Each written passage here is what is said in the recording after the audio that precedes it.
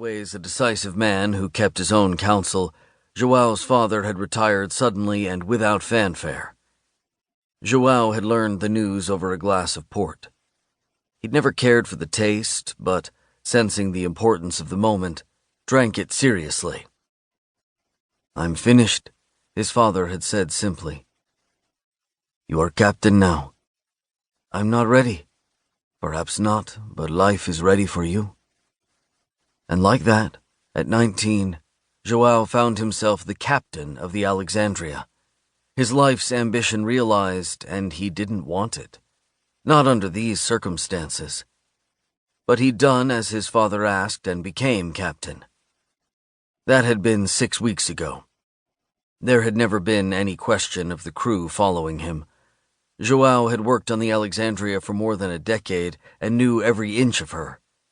Things had gone on as they always had. He had simply done what his father had always done. Until yesterday morning. His father had met him unannounced on the docks at Oliao, where the Alexandria berthed. It had given Joao a bad feeling. He'd feared that his father's health had taken a turn for the worse. They had walked to their favorite cafe at the old fish market. That was where his father had told him about the debt. 7 years earlier, the family had almost lost everything. Poor hauls, lower market prices, and unforeseen expenses had pushed his father to the brink of bankruptcy. Then the engine of the Alexandria had failed. Joao remembered it well. His father had been as withdrawn and somber as Joao had ever seen him. What Joao didn't know was that Baltazar Alves had come to his father with a proposition. He would finance the overhaul of the Alexandria and replace the engine. The trawler would remain in Joao's family. But 4 nights a year, she would belong to Baltazar Alves, their new patron. The Alexandria and its captain. Tonight was one of those nights, and his father had come to the docks that morning to pass the responsibility on to his son and to entrust him with the black box that was charting the Alexandria's course. At first, Joao had been angry at his father for getting them involved with a man like Baltazar Alves, angry that his father had concealed the truth all these years. But then Joao saw shame in his father's face and fell silent. His father was an honorable man. Joao saw he had only done what had to be done to take care of his family. How could Joao do any less? He took the device and asked what needed to be done. On the console, the device began beeping incessantly. Joao cut the engines and scanned the ocean. To starboard, a blue light strobed in the darkness. He brought the Alexandria alongside, and the crew used hooked poles to bring the mysterious packages on board. Each was perhaps 2 meters wide, 2 meters tall, 4 meters long, and bound in heavy plastic.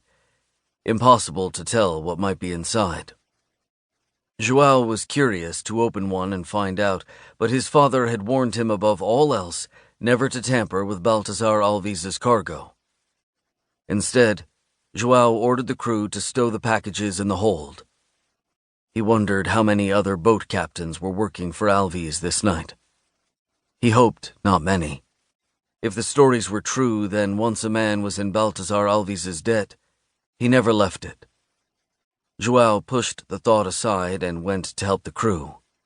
It would raise suspicions with the maritime police if they returned to Oliao entirely empty-handed. Chapter 2. The streets were all but deserted at this hour, like the pale, peaceful face of an old drunk sleeping off a night of poor choices. After the night's last, tourists had staggered home from the nightclubs, but before the morning's first, tourists stumbled out of bed to stake claim to a rectangle of sand.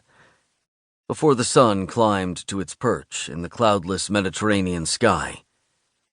When the street cleaners emerged to sweep up the broken glass and wash away the blood and the vomit and the urine.